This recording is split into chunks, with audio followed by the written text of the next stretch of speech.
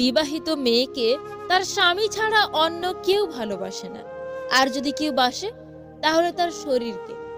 আর শরীরের ভালোবাসা একবার কাছে পেলেই শেষ। তারপরে তার অত্যাধিক ভালোবাসা কিভাবে যে পাল্টে যাবে তুমি নিজেও বুঝতে পারবে না। যেমন সিগারেট খাওয়ার সময় যে অংশে চুমু দেওয়া হয়, সিগারেট খাওয়া শেষ হলে ঠিক সেই অংশটাকেই ছুঁড়ে ফেলে দেওয়া হয়, আবার পা দিয়ে পিষেও ফেলা হয়। একটা বিবাহিত মেয়ের প্রতি একটা অবিবাহিত ছেলের ভালোবাসা মানে ওই সিগারেটের মতো, উদ্দেশ্য হাসিল হলেই আর খুঁজে পাবে না। তাই মেয়েরা শোনো, কারোর আলগা পিড়িতে ডুবে যেও না, তাহলে নদীর একুলও হারাবে ওকুলও হারাবে, পরে ডুবে মরা ছাড়া আর কোনো উপায় থাকবে না। কোনো এক রাজদরবারে একদিন এক জেলে একটা বড়সড় মাছ নিয়ে গেল। রাজামশাই মাছটা দেখে খুব খুশি হলেন, কারণ মাছ তার খুব প্রিয় খাবার ছিল। এই জন্য রাজামশাই খুশি হয়ে জেলেকে 500 টাকা দিয়ে মাছটা কিনে নিলেন। এদিকে পাশেই বসে থাকা রানী ফিসফিস করে রাজাকে বললেন, এই সামান্য একটা মাছের দাম তুমি 500 টাকা দিয়ে দিলে? বড়জোর খুশি হয়ে তাকে 80 থেকে 100 টাকা দিতে পারতে। মাছ ফেরত নিয়ে টাকা দিতে বলো। রাজামশাই বললেন, এ কি বলো রানী? রাজা রাজা বলেন তা নড়চড় করা অসম্ভব, তাছাড়া এটা তো রাজাদের ইজ্জতেরও ব্যাপার। রানী বললেন, আমি এমন একটা বুদ্ধি দিচ্ছি যা প্রয়োগ করলে তোমার সম্মানেরও কোনো হানি হবে না, জেলে মাছ নিয়ে টাকাটাও ফেরত দেবে। রাজামশাই বললেন, কি বুদ্ধি? রানী বললেন, জেলেকে ডেকে বলবে তোমার মাছটা কি, পুরুষ না স্ত্রী? যদি জেলে বলে মাছ পুরুষ, তাহলে তুমি বলবে আমার স্ত্রী মাছ লাগবে। আর যদি জেলে বলে মাছ স্ত্রী, তাহলে তুমি বলবে আমার পুরুষ মাছ লাগবে। অতএব জেলে তখন মাছ ফেরত নিতে বাধ্য হবে। রাজা রানীর বুদ্ধিতে খুশি হয়ে জেলেকে ডেকে জিজ্ঞাসা করলেন, তোমার মাছটা কোন জাতের, পুরুষ না স্ত্রী? জেলে থতমত হয়ে একটু ভেবে চিনতে বলল, জাহাপনা, আমার মাছটা পুরুষও না স্ত্রীও না, আমার মাছটা হলো হিজড়া। এবার রাজদরবারে হাসির রোল পড়ে গেল। রানীও শাড়ির আঁচল দিয়ে মুখ ঢেকে হাসলেন। রাজা জেলের বিচক্ষণতা দেখে খুশি হয়ে তাকে আরো 500 টাকা দিলেন। জেলে খুশি হয়ে মোট 1000 টাকা পোটলায় বের করে নিয়ে যাচ্ছে। রাজমহলের মেন গেটের সামনে যেতেই পোটলা থেকে 5টা টাকা মাটিতে পড়ে গেল। জেলে তা তুলে চুমু খাচ্ছে, কপালে লাগাচ্ছে। এদিকে রানীর তা দেখে রাগে ফোঁস করছে। তাই রাজামশাইকে বললেন, জাহাপনা, এই জেলে এত লোভী কেন? 1000 টাকা থেকে মাত্র 5টা টাকা পড়ে গেছে, জেলের তা সহ্য হচ্ছে না জাহাপনা, আপনি তাকে শাস্তি দিন।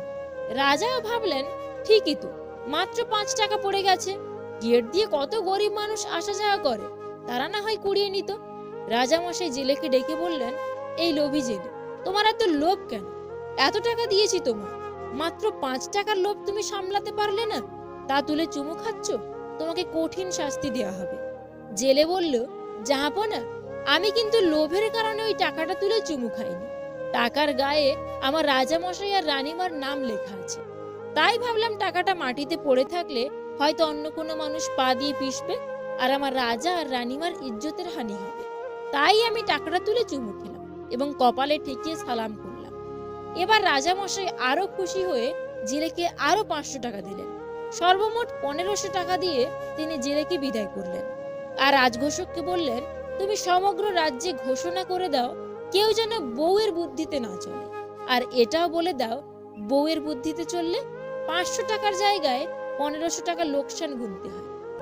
উকিল চায় আপনি ঝামেলায় পড়ুন, ডাক্তার চায় আপনি অসুখে পড়ুন, পুলিশ চায় আপনি বেআইনি কাজ করুন, ইলেকট্রিশিয়ান চায় আপনার বাড়ির ওয়্যারিং জ্বলে যাক, বাড়িওয়ালা চায় আপনি যেন জীবনে বাড়ি করতে না পারেন, মুচি চায় আপনার নতুন জুতোটা ছিঁড়ে যাক, ব্যাংকার চায় আপনি টাকা লোন নিয়ে ঋণগ্রস্ত হন, প্রাইভেট টিউটর চায় আপনার সন্তান পাঠ্যপুস্তকের পড়া একটু কম বুঝুক, শুধুমাত্র চোর চায় আপনি ধনী হন আর মহাসুখে নাক ডেকে ঘুমান।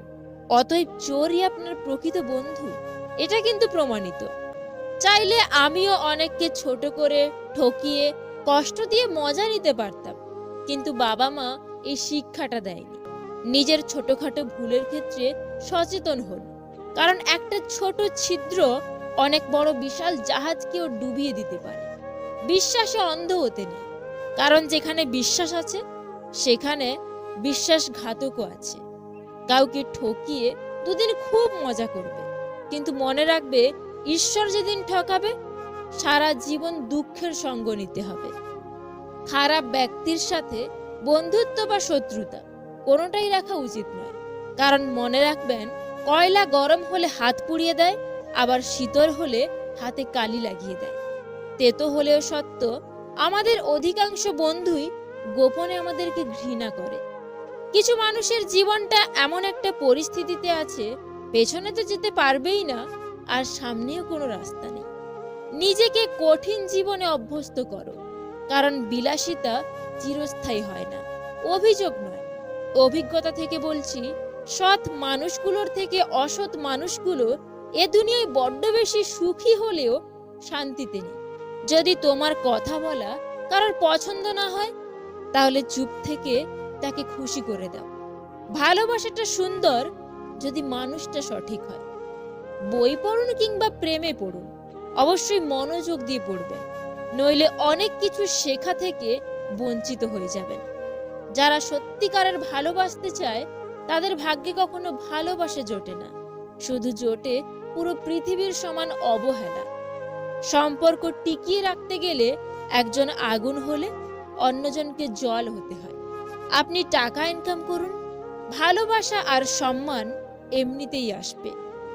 জীবনের অর্ধেক সময় কেটে যায় সার্টিফিকেট অর্জন করতে, আর বাকি সময়টা কেটে যায় সেই সার্টিফিকেটটার জেরক্স করতে করতে।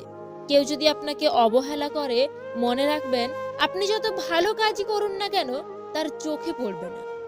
প্রয়োজনের থেকে বেশি চেয়ে এবং নিজের যা আছে তার থেকে বেশি লোককে দেখাতে গিয়ে মানুষ ঋণে ডুবে যায়। দিন শেষে পুরুষ ঘরে ফেরে শান্তির আশায়। একজন স্ত্রী চাইলে সেখানে স্বর্গের সুখ দিতে পারে, আবার চাইলে নরকের যন্ত্রণাও দিতে পারে। কষ্ট তো তারাই দেয় যাদের আমরা অধিকার দিয়ে থাকি, কারণ অচেনা মানুষ তো ধাক্কা লাগলেও ক্ষমা চেয়ে নেয়। গাছের ডাল থেকে ঝরে পড়া একটা পাতাও আমাদের শেখায় জীবনে বোঝা হয়ে গেলে নিজের থেকেই ঝরে পড়বে। ধর্ম যাই হোক না কেন, ভালো মানুষ হোক, হিসেব আমাদের কর্মের হবে, ধর্মের নয়। মানসিক শান্তি এমনই এক জিনিস যার অভাবে শরীর হোক বা সম্পর্ক কোনোটাই ভালো থাকে না। কিছু কথা আছে যার অর্থ গভীর, যা সবাই বুঝতে বা অনুভব করতে পারে না। যেমন, কিছু না, আমি ভালো আছি, জানি না, থাকার লাগবে না।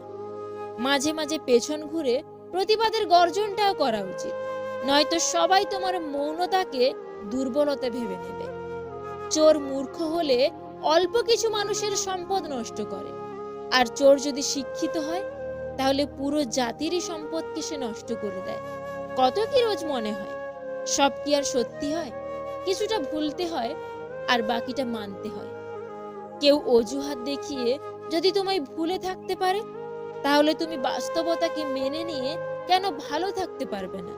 যে কাঁদায় সেও একদিন কাঁদবে, এটা অভিশাপ নয়, এটা হলো তার কর্মের ফল। চুল আর সম্পর্ক ততদিনই ঠিক থাকবে যতদিন আপনি ভালোভাবে তেল দিতে পারবেন। সৎ পথের অর্থ সৎ পথেই যায়, আর অসৎ পথের অর্থ অসৎ পথে যায়। জীবনের সেরা উপদেশ যা সারা জীবন আপনার প্রয়োজন পড়বে: 1. টাকা কামান, সম্মান নিজের থেকেই পাবেন। 2. নিজের কথা নিজের ভেতরে গোপন রাখবেন। মনে রাখবেন, যতক্ষণ আপনার কথা আপনার ভেতরে থাকবে ততক্ষণ আপনি নিরাপদ। 3. কোনো কাজকে ছোট মনে করবেন না। উপোস করে থাকলে আপনাকে কেউ খাবার দিতে আসবে না। 4. কাউকে ভালোবাসলে কিংবা কাউকে ভালো লাগলে তার ভালো দিক আর খারাপ দিক দুটোকেই ভালোবাসতে শিখবেন। আপনি তার ভালো দিকটাকে ভালোবাসবেন আর খারাপটাকে ভালোবাসবেন না, এমন কিন্তু হতে পারে না। 5.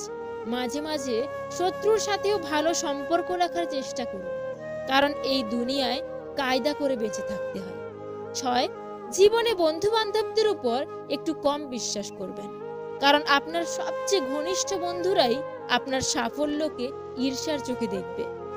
7. চুপ থাকার চেষ্টা করবেন, আর সবসময় কোলাহল জায়গা এড়িয়ে চুপচাপ জায়গায় বসে আধ্যাত্মিক ভাবনা ভাববেন। তোমার সুখের সময়ে যাদের কথা মনে আসে তুমি তাদের ভালোবাসো, কিন্তু তোমার কষ্টের সময় যাদের কথা তোমার মনে আসে তারা তোমাকে ভালোবাসে। সুন্দরী স্ত্রী পাওয়া খুব সহজ, কিন্তু সুন্দর চরিত্রের স্ত্রী পাওয়া ভাগ্যের ব্যাপার।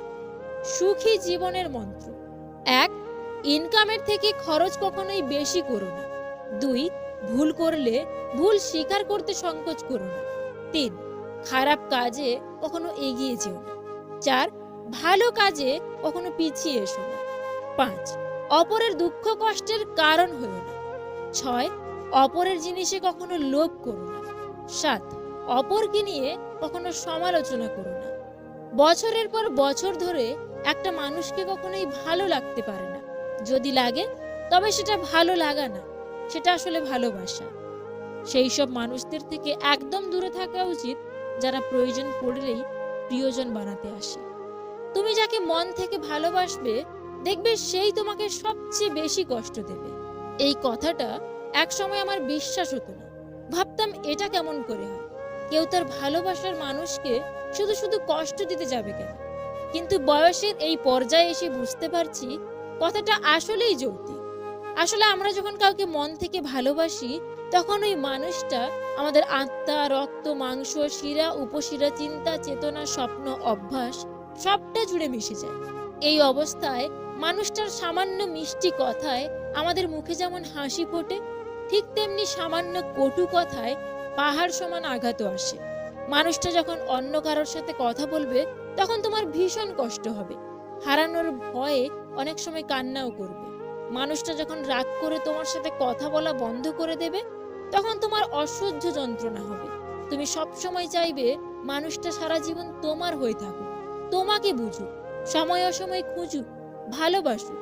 আর এই চাওয়াগুলোর একটু হেরফের হতে দেখলেই তোমার অনেক কষ্ট হবে। খুব বেশি চাওয়া নিয়ে কাউকে ভালোবাসতে নেই, এতে শুধু কষ্টের পরিমাণটাই বাড়ে। আমি নিজেকে শুধরে নেব, আর না হলে দায়িত্ব নিয়ে আপনাকে শুধরে দেব। জীবনে ভালো থাকতে চাইলে এই একটা কাজ কখনোই করবেন না: কাউকে অতিরিক্ত ভালোবাসবেন না। কারণ ওই ভালোবাসা একটা সুন্দর জীবনকে ধ্বংস করে দেয়। ওই ভালোবাসা সুস্থ একটা মানুষকে পাগল বানিয়ে দেয়। ওই ভালোবাসা হাসি খুশি থাকা একটা মানুষকে একেবারে নীরব করে দেয়। একটা জিনিস খেয়াল করে দেখবেন, আপনি যদি কাউকে মন থেকে ভালোবেসে ফেলেন, আপনার মধ্যে কোনো রকম লজ্জা শরম থাকবে না। আপনি আপনার ভালোবাসার মানুষটাকে পাওয়ার জন্য যদি সবার কাছে ছোটও হতে হয়, সেটাও হতে আপনি দ্বিধাবোধ করবেন না। আপনার মধ্যে কোনো রকম সংকোচ বোধ কাজ করবে না। যেটাই হোক না কেন, আপনি শুধু তাকেই পেতে চাইবেন, কিন্তু শেষ পর্যন্ত আপনি তাকে পাবেন না। আপনার জীবনটা কাটবে অত্যন্ত কষ্টে। জীবনের 3টি সহজ নিয়ম: 1.